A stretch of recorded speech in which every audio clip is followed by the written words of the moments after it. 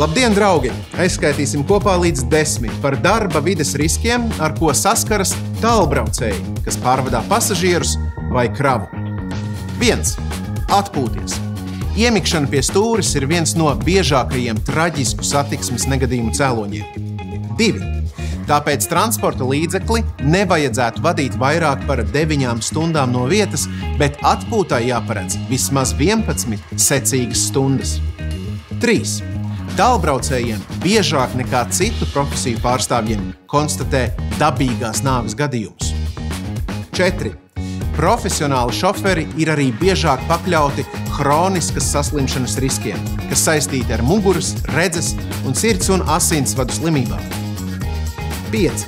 Tāpēc ir svarīgi noregulēt sēdekli un celt kravu pareizi, kā arī veikt muguru atslābinošus vingrinājumus. 6. Jāuzmanās arī no riskiem iegūt apdegumus vai saindēties, pārvadājot bīstamu kravu. 7. Jāatceras, ka nepareizi nostiprinot kravu, pastāv risks ļoti nopietniem nelaimes gadījumiem. 8.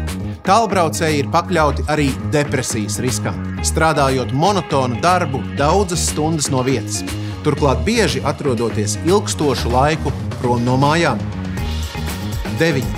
Informēt darbiniekus, kā pareizi pārvietot smagumus vai lietot smagumu pārvietošanas palīgierīces ir darba devēja uzdevums.